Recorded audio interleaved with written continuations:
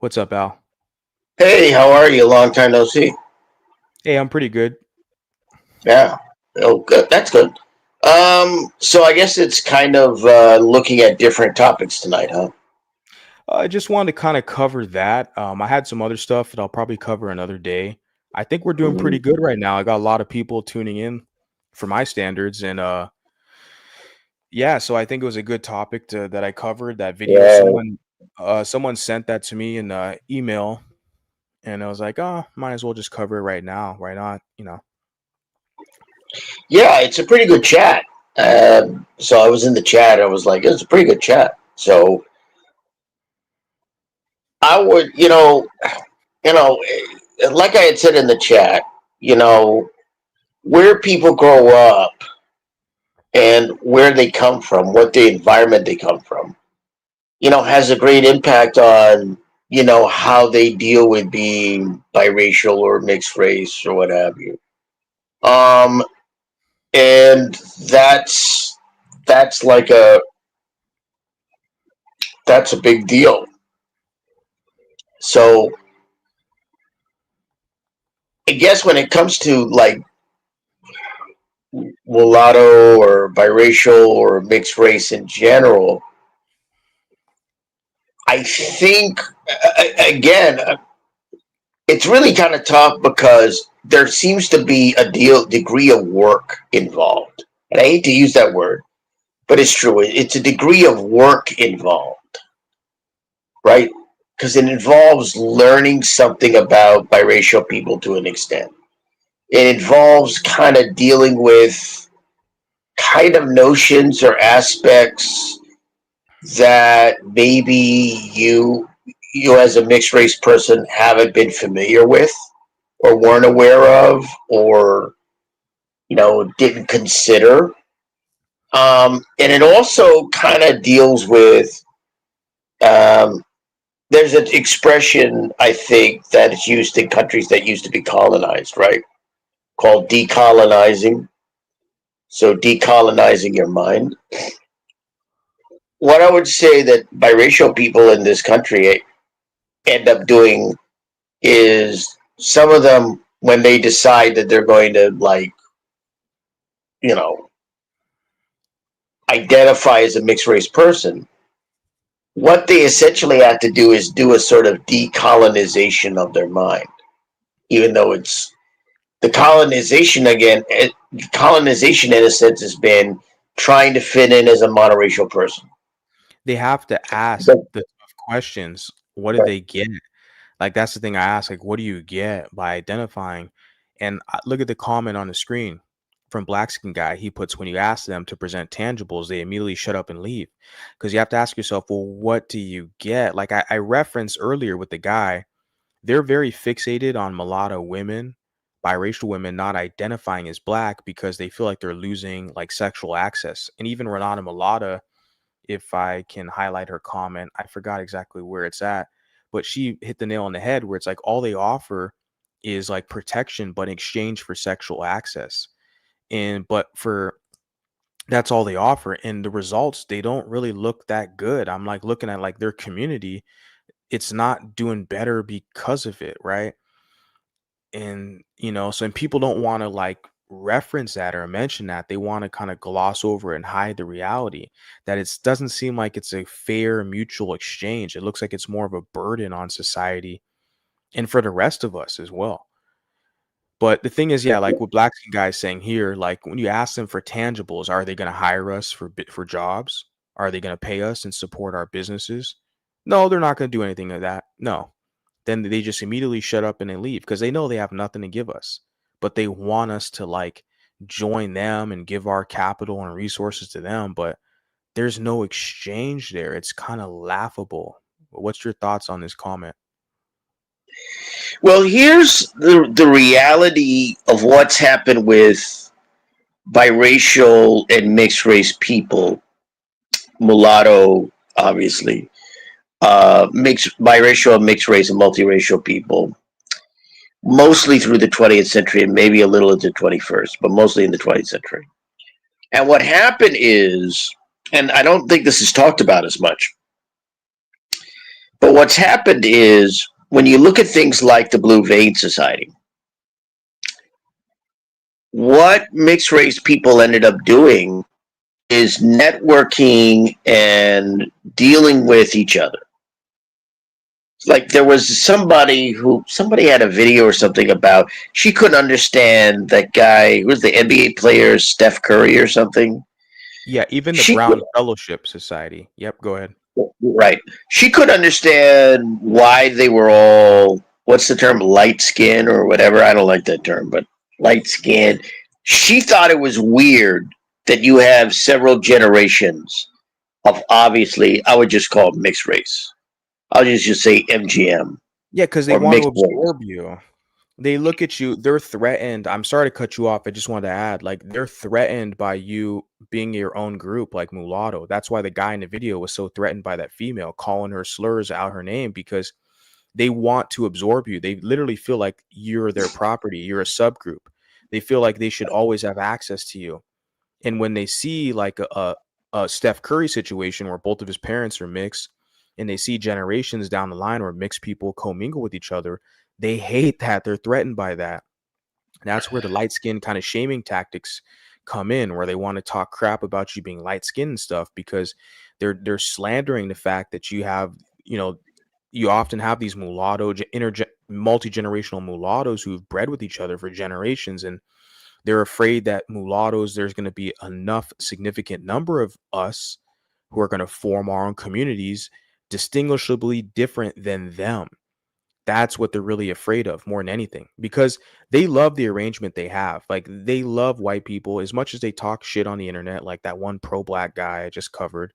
Like they can talk all this crap about white people, but trust me, the mulattoes over here, we're smart enough. We know they love and worship white people. They're looking for their validation.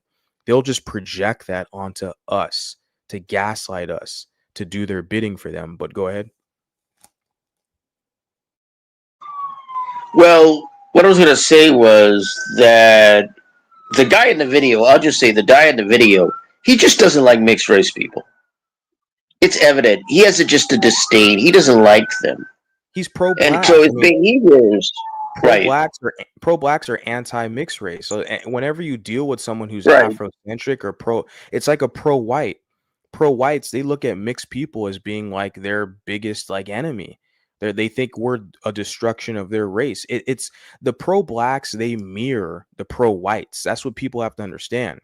It's virtually the same rhetoric. It's just with a black brush. The rhetoric is the same. Like, so if they're Afrocentric or they push any of this Pan African pro black stuff, they are inherently anti mulatto. No ifs, ands, or buts. If they're pro black, they're doing the black fist and they're pro black, Afrocentric, they are anti mulatto. Well, that guy in the video, again, he's not unusual. They're just people. They're just people who simply don't like mixed race people, and he's somebody who doesn't like biracial people because he doesn't see them. And this is a problem that is inherent within. I guess it would be inherent within those communities. And the problem is that they do not see biracial, multiracial, MGM, even people as a distinct group, as different.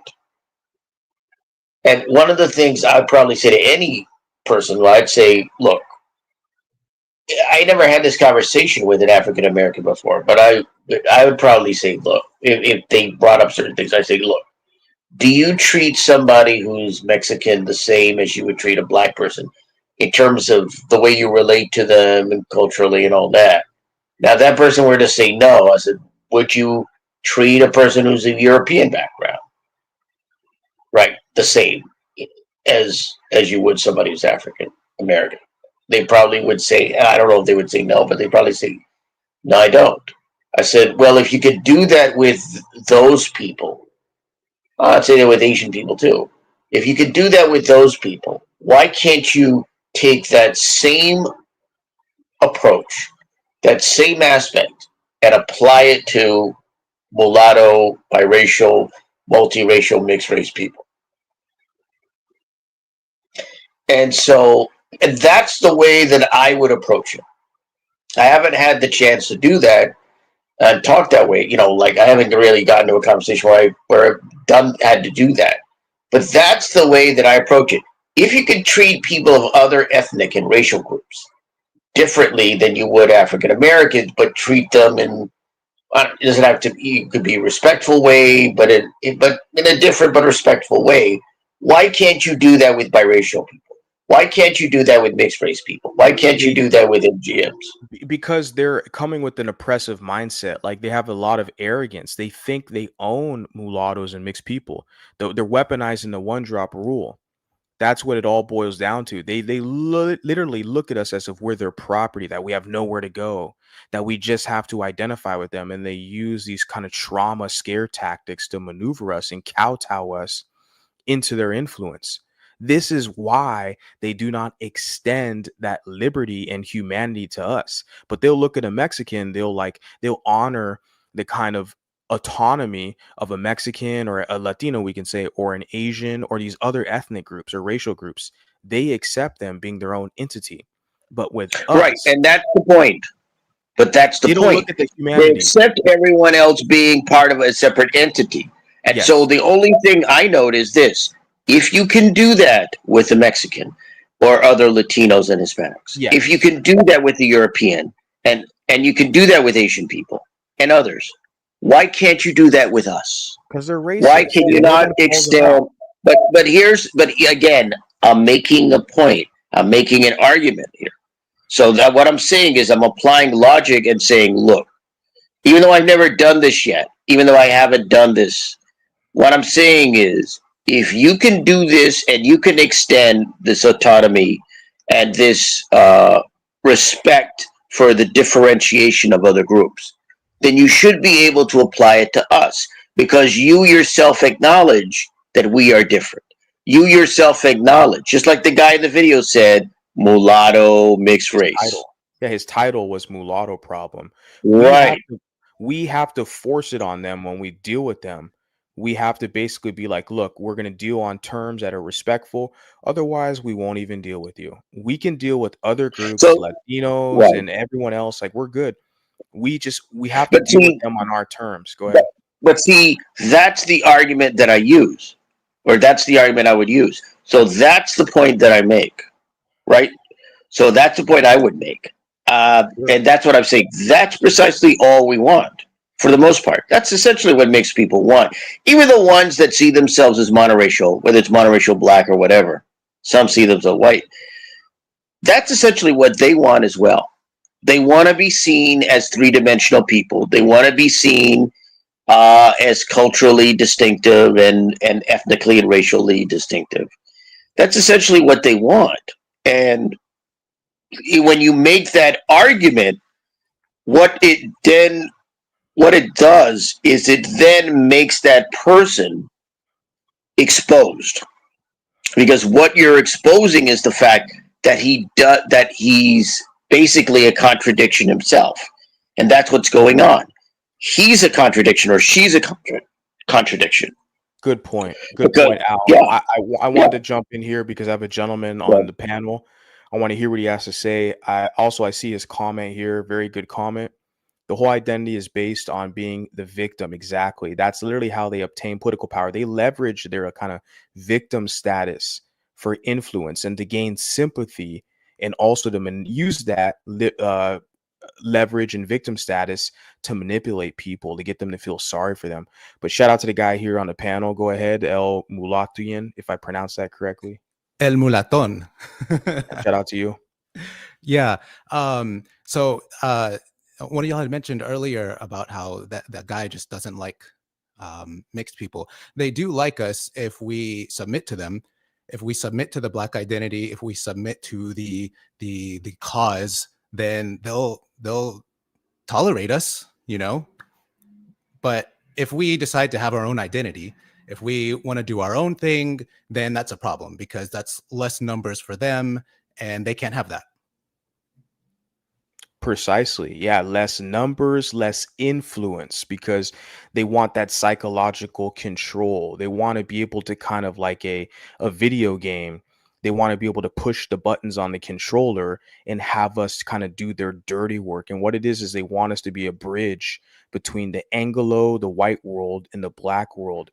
And they want to use us as a bridge and kind of to give them opportunities, right? They look at it as like, oh, what they call that, like we break down barriers, or like with the color barrier, like they'll have a mulatto guy in office first. Like even you had this law, the defense contractor, United States, the last administration and Joe Biden's administration, you had this guy, I forgot his last name. His first name was Lloyd, dark skinned black guy. He was the Department of Defense, the head.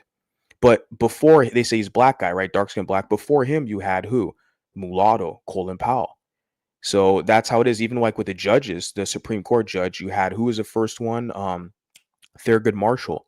After him, you had Clarence Thomas. See, so they look at us like that for political power. They know that, oh, the mulatto is going to be the first one there to open the door. But then after the white society is comfortable with the mulatto, then they feel like, oh, the dark skinned black can creep up afterwards. So that's their political strategy. Like you said, they like us if they can use us to open doors for them.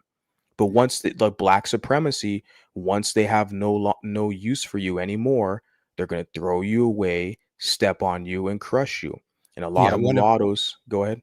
yeah, one of the things is like right now, when they're in the process of trying to obtain more and more power, they'll have this mentality of like, black comes in all shades and you can be any skin color and you can be black. But then once they obtain that power, once they get that power, then they're going to pull rank on you and say, oh, well, the darker ones, we obviously have struggled more and we obviously have more of a right to it. Then at that point, black no longer becomes, coming in all shades. It now becomes, what they would call colorism.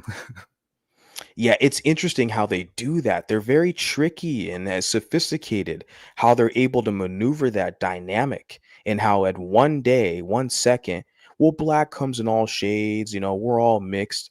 But as soon as they see an opportunity to gatekeep, they will all, like in the hive mind, jump on that and basically exclude the mulatto from the conversation. Like they try to do that with Drake, but they underestimated Drake's influence. That's the difference. They kind of messed up with that situation. But you're absolutely right.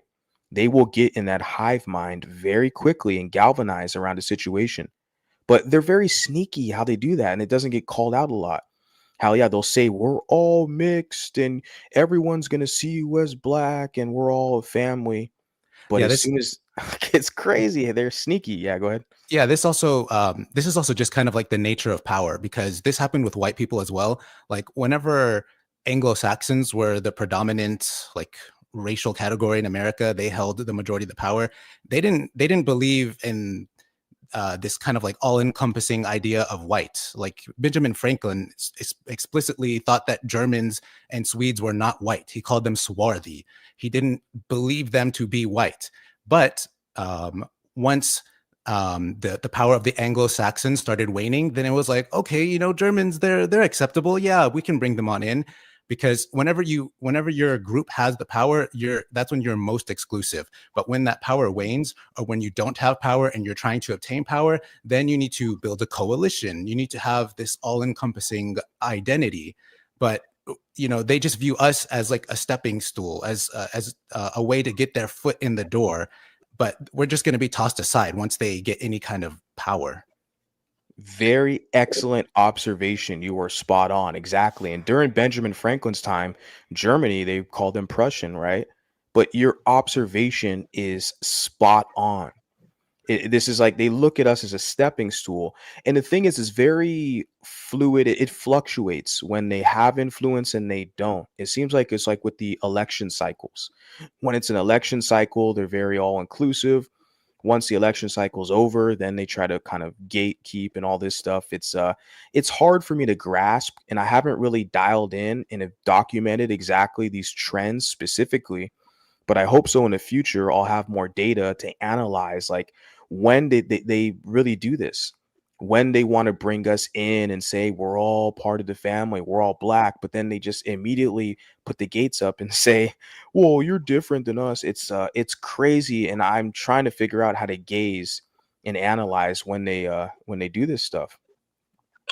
Well, one, like I mentioned earlier, or tried to, I was going to go into earlier, what happened was when you had, Plessy v. Ferguson in the late 19th century, and then the imposition of the one drop rule, what occurred was that mixed race people who now were forced to become be classified as African American, they started, setting up their groups and institutions like the Blue Vein Society.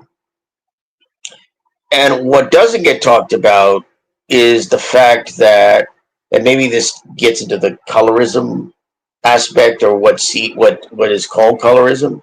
But what isn't talked about is the fact that these were people that, and I mentioned this earlier with Steph Curry and so-called lighter people, or obviously mixed race people, but lighter people in terms of generations of lighter people, is that individuals basically networked and operated and supported their own, meaning mixed race people.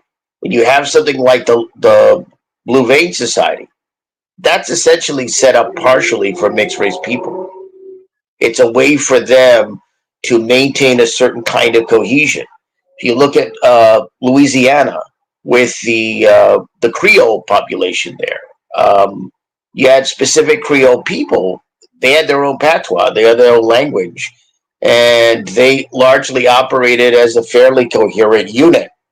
What changed apparently is that what you see is more and more, and it seemed to be after the civil rights movement, especially in the 60s, there seemed to be more of this dovetailing of what was noted earlier, the whole idea black comes in all shades or all colors and so forth.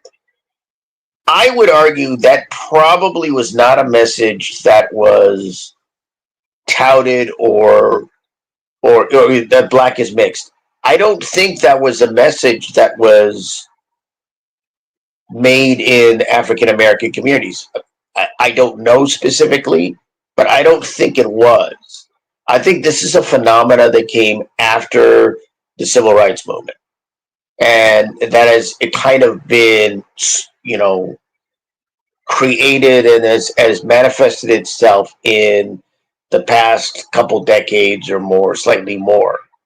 And what's happened is that mixed race people, biracial people, multiracial people, if you talk about the African American community, they're trying to fit within an African American community in greater and greater ways.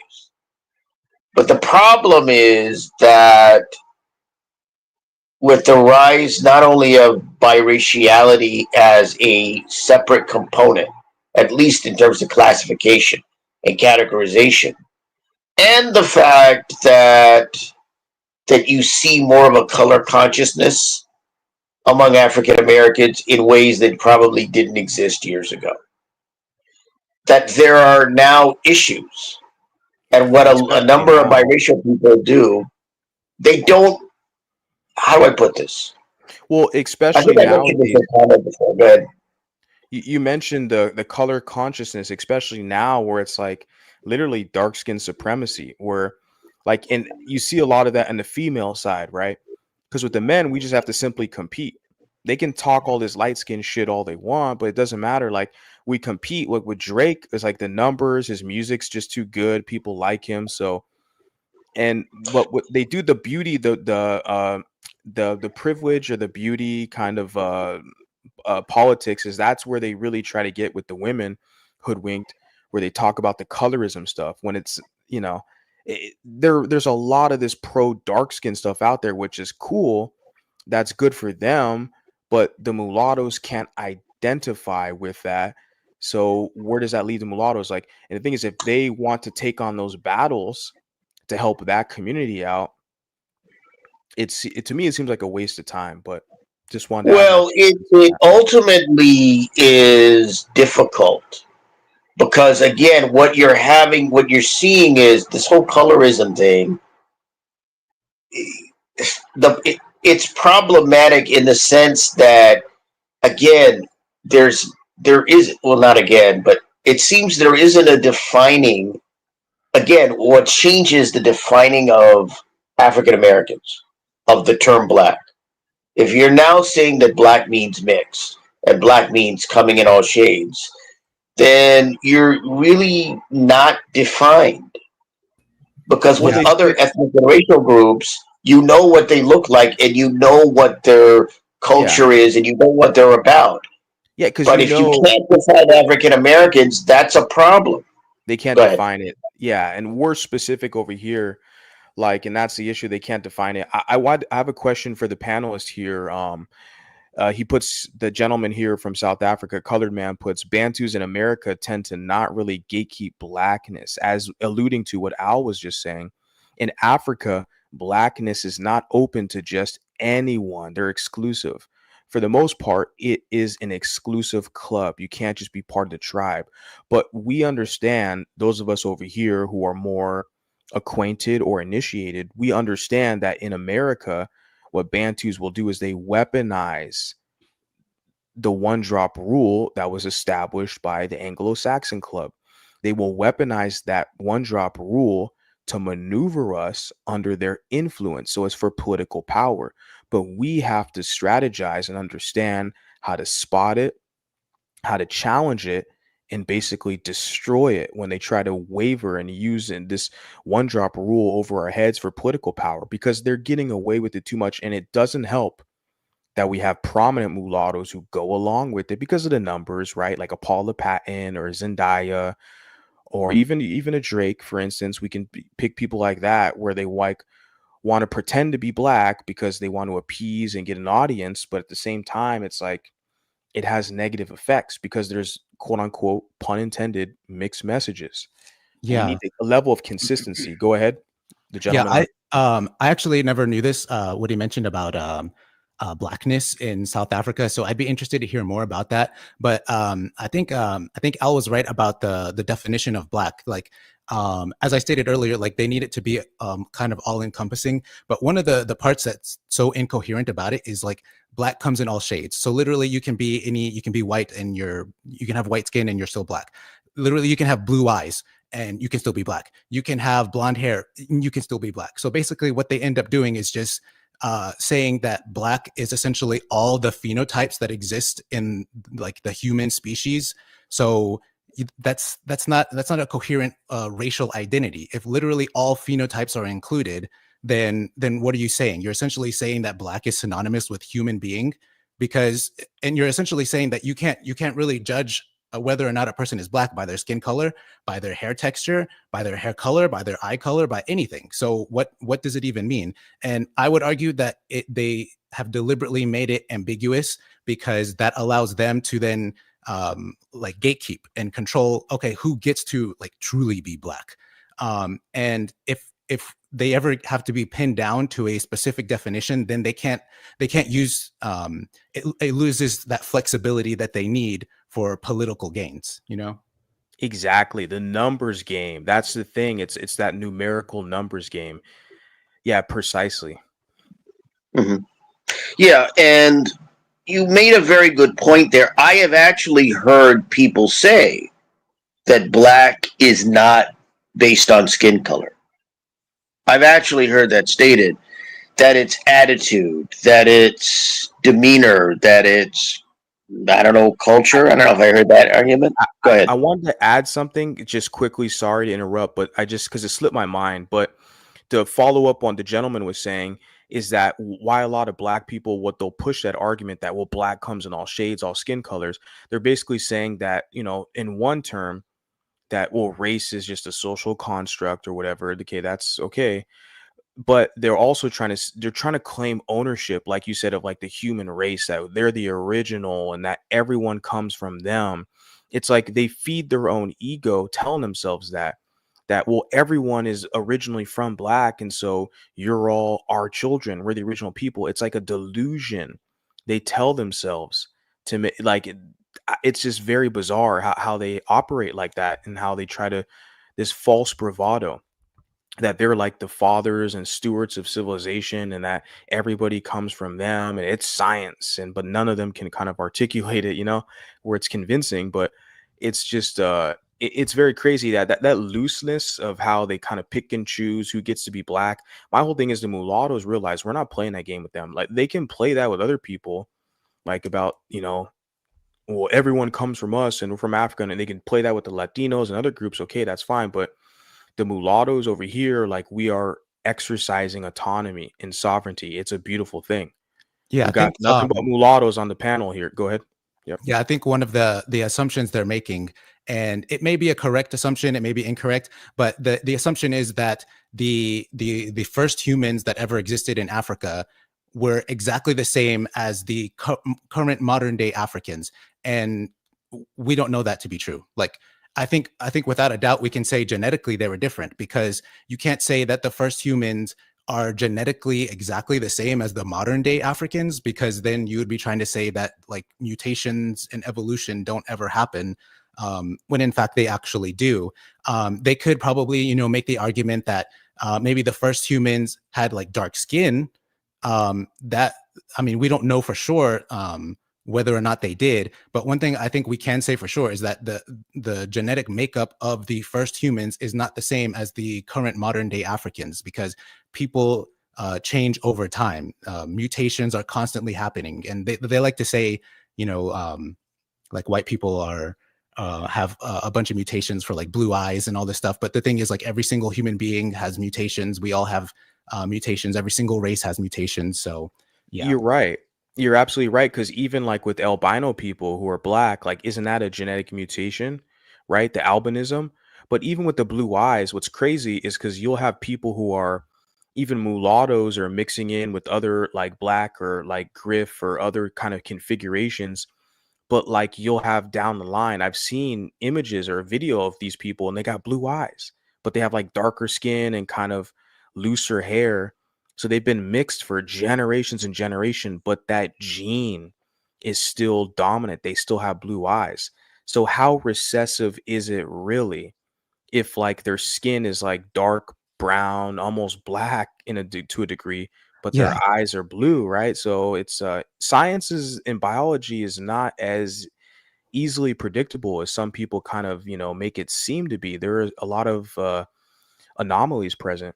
The Yeah. thing is, everything is a mutation. Every single phenotypic trait that exists in humans is a mutation. That's how we develop our traits, is through mutating. And even individuals have their own like individual mutations. Like, whenever you inherit your DNA from your mother and your father, you don't get an exact copy. There's some errors in that DNA transcription. So you have your own personal mutations. Everybody has a mutation. Every single trait that we have is a mutation. So it's not really you're not owning mixed race people by telling us that we have like, mutated DNA or something.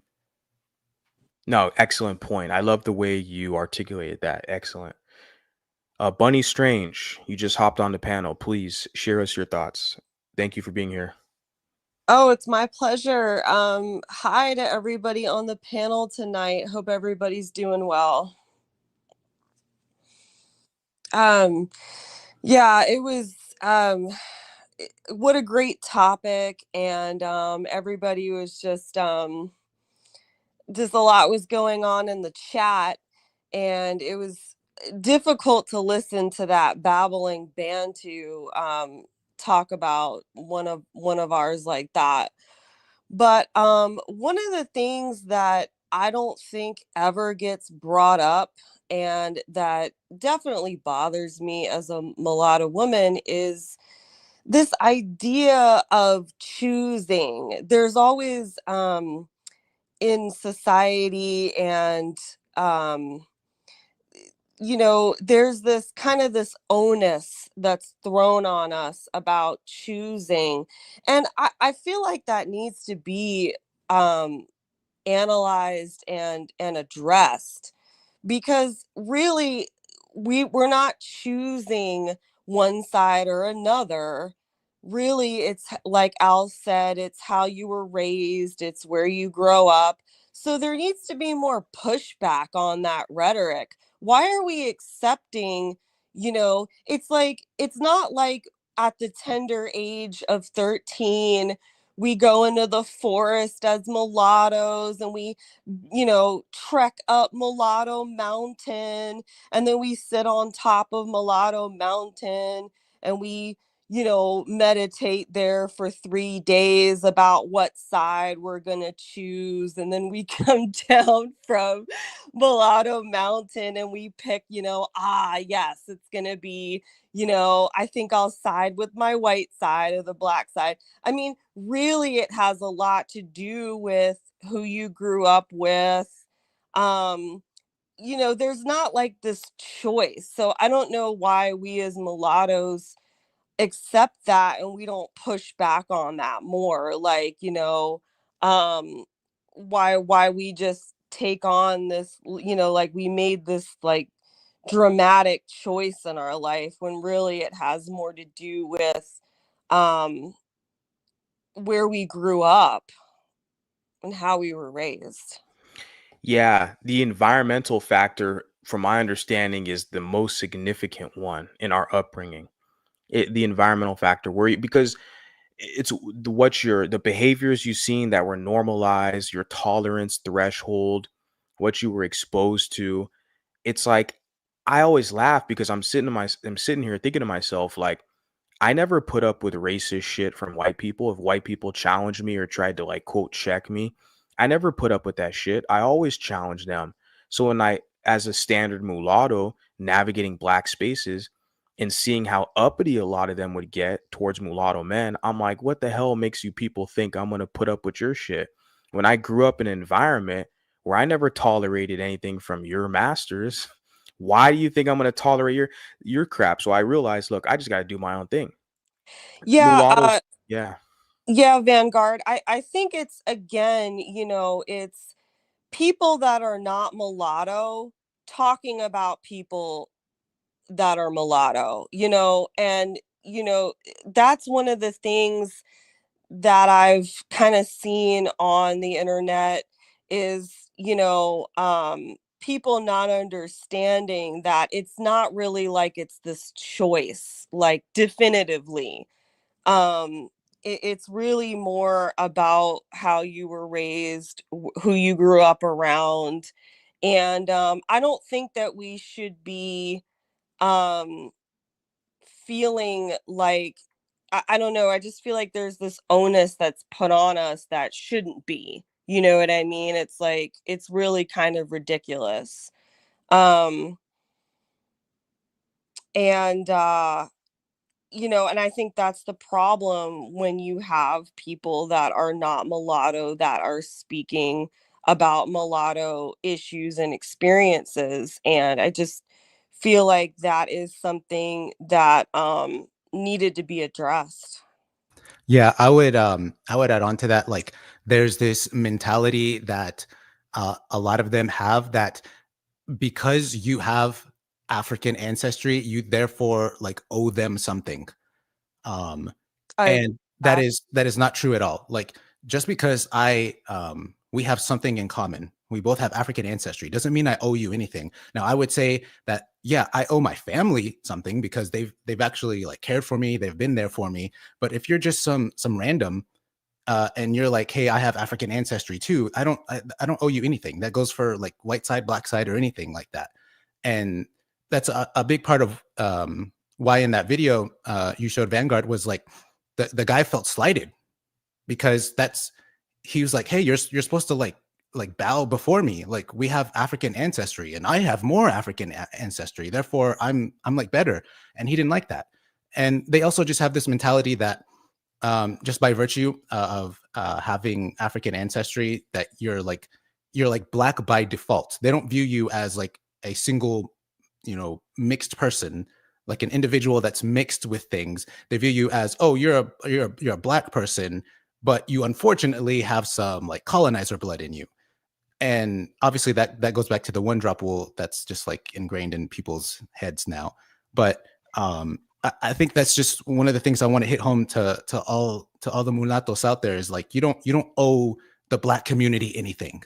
Okay, you don't owe the white community anything either. You owe your family, and you can decide if you owe the mulatto community. You know. Yeah, Yeah. and like for the younger mulattoes, the thing is, I do feel like we do owe it to the younger mulattoes to give them something. And I'm a millennial, so I'm using my voice in the best that I can. But I think all of us, we're all about around the same age. I know Al's a little older than me, but I'm in my mid 30s. Like, yeah, no, honestly, I'm up here spending time talking to you guys, doing this. Like, no, this is a community service. We owe it to the younger people to give them a sense of pride, to give them a sense of pride and urgency, and to not waste time, and to invest in themselves, invest in their future. It's the least we can do. Go Yeah. ahead, Bunny. Yep. I mean, I gotta be honest with you. I was very offended by that video that he would suggest that she needs to denounce her and be ashamed of her European heritage. I mean, That's how they are. The black extremists, the pro blacks, like yeah, that's how they're very extreme like that. Yeah. they're in for a rude awakening because there's definitely mulattoes who not only acknowledge but are proud of their European ancestry just as much as they're proud of their African ancestry. And I mean, that way of thinking, that pro-black pan-Africanism, it doesn't work for, how is that going to work for somebody who's half white? That's not going to work for us. I mean, because in Yeah. order to be in their group or be accepted, not that anybody's looking for their acceptance, but you would have to be ashamed of a whole nother half of you. And Right. that, like, I mean, Yeah, They you're don't even absolutely go no. ahead. they don't even care like whether or not you have a good relationship with like your white family, because if you do, they will give you ample reasons to why you should not have a good relationship. They will literally try to divide you between you and your family because they need you to identify as black, and And it's he's a stranger. He's yeah, exactly. yeah, why would you throw your family, like Vanguard was saying throughout the stream, good relationships with good people, because at the end of the day that's what's the most important, for some random, you know person. Some will do it like Kaepernick. And so Kaepernick, they want to pull rank. It's what it is. I like what the gentleman here was saying too. Is like where because they look like they honestly they project this crap where they say you think you're mixed, you think you're better than us, but it's projection because they think because they're pure African or they're more African than you, they think they're better than you, and like they use their blackness, they weaponize the one drop rule, and they think that you owe them loyalty because they want to weaponize that one drop rule thinking you got some black blood, so you're just the same as me, and they try to use that and weaponize it for power, and it's very disgusting how they go about it. It's very uncivilized and unethical. I'm trying to get mulattoes to get out of that trap. You don't owe them anything. They demand your loyalty, but they give you nothing. They taunt you, threaten you, gaslight you, say that you're confused. Even the lady in the video I was commenting on, she was nothing but nice. She's sitting there with her white mom doing a TikTok dance to Doja Cat. She was a very nice, pleasant lady. But because she did not fully identify as black, they look at that as treason. That's why that guy, his tone, he's calling her out her name, calling her a B and a hoe and dumb, and using all of these inflammatory slurs towards her. We're like, why? Why do they have that negative, hostile position towards someone who doesn't identify with them? They think they own you. And that's a problem, and that we have to address. And it's important for us to develop cohesion, think tanks, strategize how we move forward for the next generations. But yeah. and to I don't start, even think it's about Well, ownership per se. uh, go one ahead. second, Al. I'll let you go. I just want to have Bunny finish her thoughts, and you can go, Al. Go ahead, Bunny. Oh, I was gonna say, I was watching an Exoticals United video. And, this is the whole reason why I'm not with the whole mixed light skin uh, combo that they think that they have. She was saying that she was speaking for mixed race people or mulattoes. And I don't know what her racial background is, but I don't think she's mulatto. And she was saying that we choose what side we're going to go with depending on what we look like. So if we look more white, we go with the whites. If we look more black, we go with the blacks. And to me, like, I don't see that as being, to me, it's where you were raised, who raised you, and that type of thing. So again, like, I don't like Exoticals United in the whole mixed race, light skin, whatever stupid combo they have, because that is not the reality for They're most not mulatto. people. Yeah. Yeah, just to be clear publicly, you guys, I I don't watch Exoticals United's content. When I first heard of like the Golden Sphere, I found her channel, and I but only watch a video if I know she's speaking. She likes to speak for mulatto and mixed race people, but she's not mulatto. She she's doesn't not speak for us. mulatto. She Yeah. doesn't speak for mulatto women, and and that's they'll use terms to kind of hoodwink and put us together, and the weaponized one drop rule and stuff. And look, the thing is with her, I just stopped supporting her. I unsubscribed because of the misandry, the blatant misandry I saw from her platform, the decentering men. And she even put a comment saying she deletes comments from men because men start fights between women. But look at it. You're a lady, I'm a man, we're all civil having a conversation. And so it's like we can do this. But from her, I saw like the misandry stuff. I was like, I cannot support and endorse that. But like I said, she's not mulatto. She doesn't speak for mulatto people. And that's it's good on her. She's got what she's doing. She's way more successful than me. So I'm not shading her. It's just the content she produces, it doesn't speak for what we're doing over here. And so for the mulattoes who might think that it's like it's not a mulatto space, the exotical community, unless they're mulatto identified, but we'll see. Yeah. I wanted to make So one more what I point. was going to say was I think yeah, go ahead. the guy in the video, he's just a standard bigot. He's a standard racist. He doesn't like mixed race people. It's evident.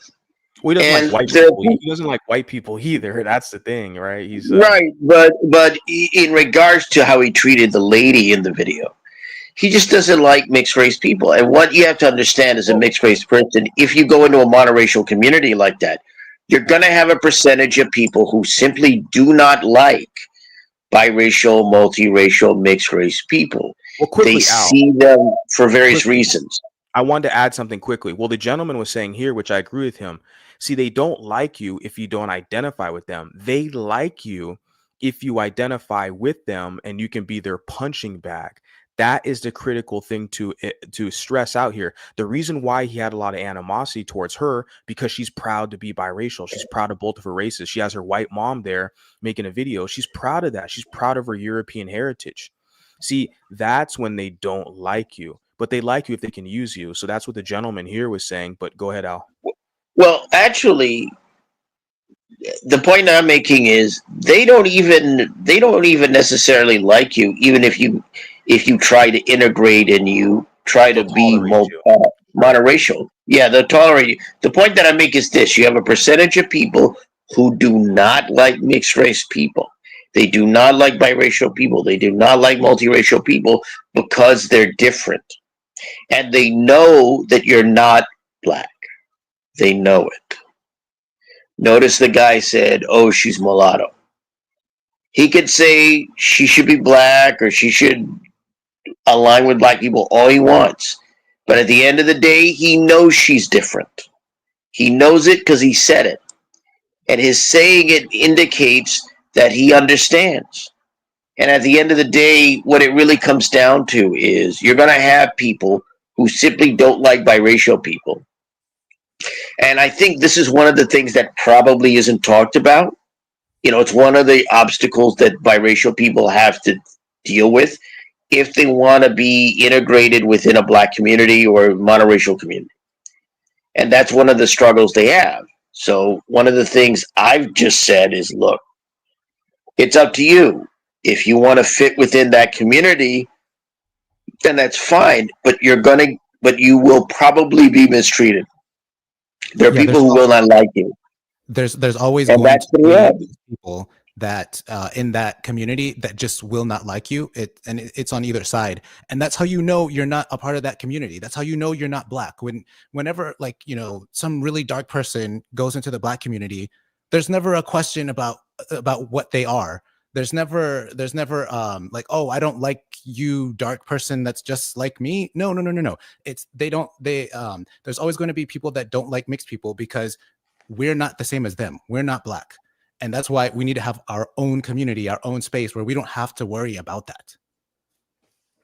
Exactly. That's my whole goal here. That's everything that I'm envisioning and what I'm doing. That's the whole goal.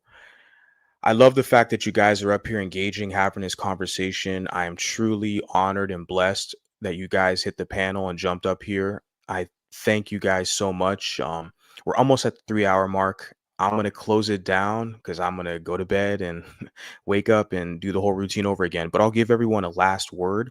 So if everyone wants to have their last word, I'll start with Bunny. If she wants to go ahead and have her last word, then I'll go to Al, and then I'll go to the other gentleman. But go ahead, Bunny. I just want to say it was a really good topic tonight, and to just keep um, pointing out how the pro-wax are not innocent, they're not all welcoming, and they're not the place for mulattoes. This is the place for mulattoes. I appreciate that. Thank you so much. I really do. And I'll talk to you next time. Yes, talk to you next time. Perfect. Cool. Al, if you have any final thoughts, you can go ahead and share that, please.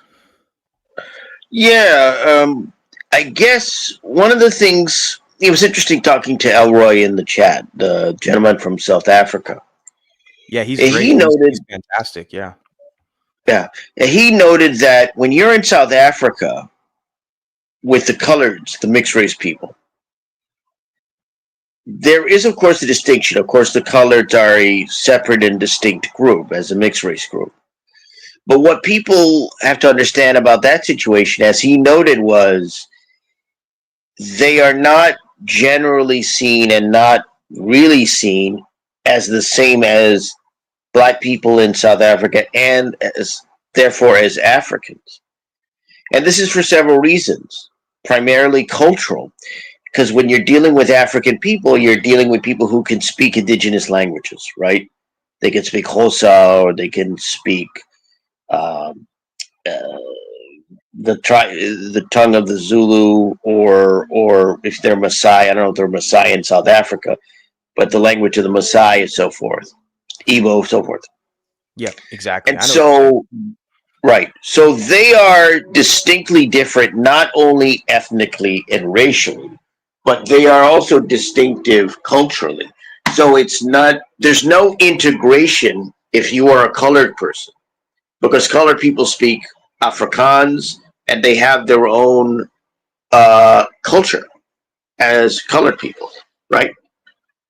With biracial people in the United States, one of the issues is that they used to have uh, at least a kind of mixture of cultures, right?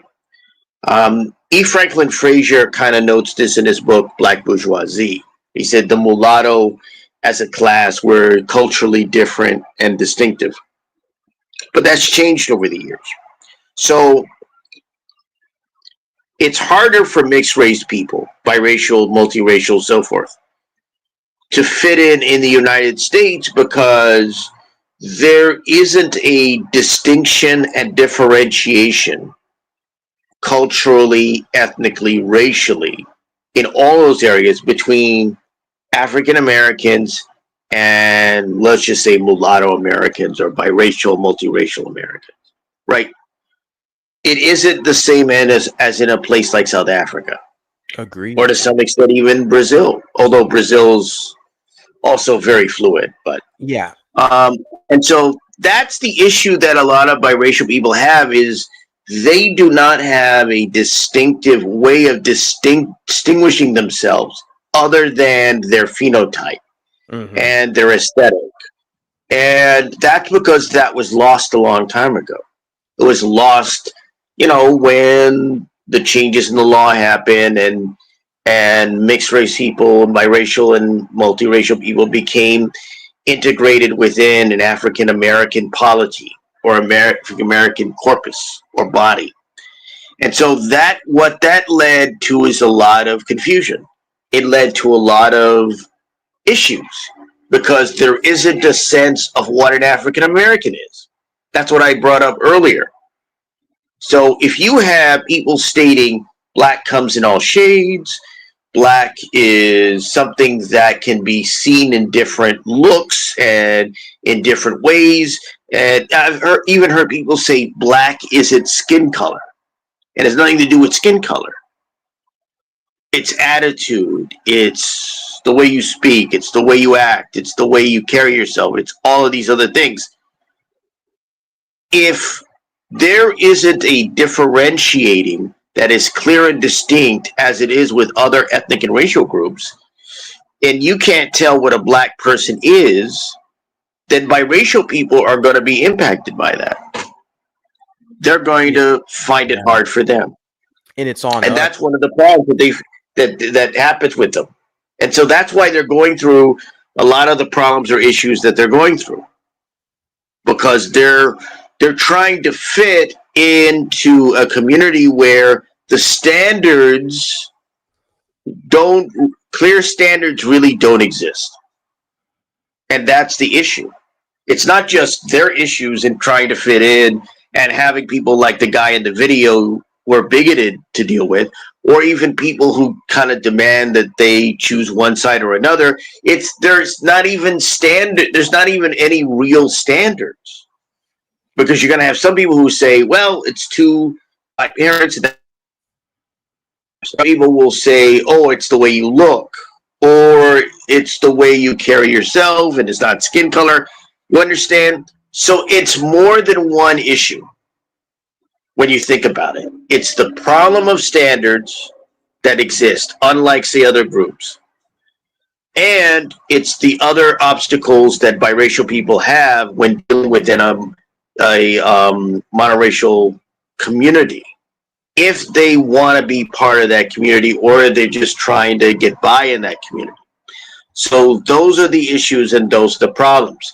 So it can be multifaceted for these biracial people, mulatto, multiracial, etc. And that's something that's what you have to look at when it comes to this country. Again, in other countries, they're at least distinct. Go ahead. No, yeah, I was just finishing up with your thoughts. And like you said, because you mentioned the gentleman here, Elroy Swartz, where it's like they'll one drop you into whiteness or other in the African continent. But in North America, you have the one drop where it's in reverse. They kind of try to attempt to one drop you into blackness. It's our job on us to basically push back and challenge that. And as if you stated with the cultural component, it's really on us to develop these cultural markers to distinguish ourselves differently, not just phenotypically, which is obvious. You look at us, we don't look like them, but we have to establish lexicon, language, and behavior and etiquette and culture. And that distinguishes us different from them. That is the goal. That is where we're going to move towards. Thank you so much, Al, for jumping up on the All right. panel. You had a Thanks lot of for having valuable me. points. I'll talk to you next time. Thank you. And you're up, buddy. I appreciate you hopping up on the panel. Go ahead and share your thoughts. You're so funny. Just you're avoiding my name so much. You just call me buddy, gentleman, that guy. El Mulatuin. Okay. Here we go. El mulaton. El Mulaton. El mulaton.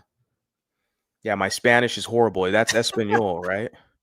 Oh man, yeah. It's Yo aprendo español siempre 10, but my Spanish, I'm working on it, but it's muy bien. Yeah. Okay, so yeah, my last words. Basically, we are gonna constantly be getting hate, like from the guy in this video. But the appropriate reaction is obviously, like you said, not to play the victim, but to channel that into some kind of action, some kind of positive action. So, one of the things we need to realize is that they are doing us a favor by showing their true colors. Whenever they attack us like this for doing the simplest thing, just saying that you're proud of what you are, that you like what you are, you're not ashamed of it. They're attacking us, hurling all kinds of insults. Let them do that. Let them show their true feelings, how they really feel about us. That is going to help us more than it is going to help them. Um, and then also, just like the most close knit communities that exist out there have all faced some kind of like persecution. Now, I'm not saying that what we're experiencing is anywhere near those kinds of levels of persecution, but whenever these communities were attacked, they looked inward. They either built a community if they didn't have one, or if they already had one, they looked inward inside the community for solutions. They didn't look outside of the community, which I see a lot of like Black Americans doing. They're always trying to blame anybody except for themselves for their problems, and then looking for solutions outside of the community rather than trying to solve their own problems. So that's my last word. Thank you for having me up here. This was my first time joining the stream, so this was totally awesome. Shout out to everybody. Renata Mulata. Who else do I know in here? I think she's the only other person I know in here. But yeah, you can catch me on TikTok at Mongrel Uprising. I'm also on Twitter sometimes, on X. But yeah, that's it. Well, I want to, yeah, shout out to you. I really appreciate you hopping up here. I want to give you your credit because I actually shared a clip of yours. This is all you. This is all you. This clip It's here. not acceptance when they're constantly suspicious of you. It's not Yeah. acceptance when they attack you for acknowledging your other side. It's not acceptance when you have to censor yourself. It's not acceptance when they use your other side to ridicule you. It's not acceptance when you can't have different opinions. It's not acceptance when they constantly remind you that you're not like them.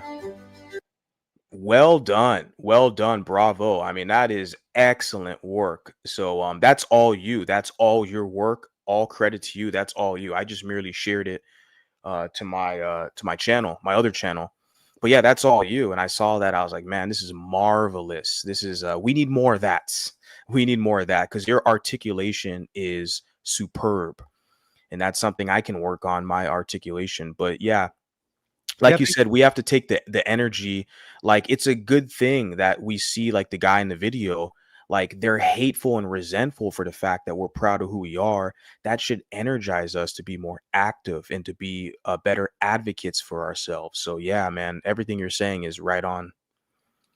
Yeah, and it goes back to what's that thing happening now? Black fatigue. Like I think Right. a lot of mulattoes are going to start feeling that. Like they're going to start feeling that black fatigue whenever they're seeing other mulattoes just get attacked for being themselves. And it's going to help us. They are sending people our way. That's what they're doing. They're sending people our way. Precisely. That's exactly what it is. These mulattoes, they're going to look for answers. They're searching for answers. And then they're going to go on YouTube and type up mulatto or biracial or something like that. And what's going to happen? They're going to find my channel. They're going to find your channel. They're going to go on TikTok, and it's going to grow. This is only going to grow. Thank you so much for hopping up on here. It's been an honor and a pleasure. Yeah, thank you. Yep. I look forward to talking to you again. All right, guys, this has been an excellent stream. One of the most fulfilling and best streams I think I've had in a while. Your guys' engagement is everything. This is a community effort. I am nobody without you guys. All of you make this possible.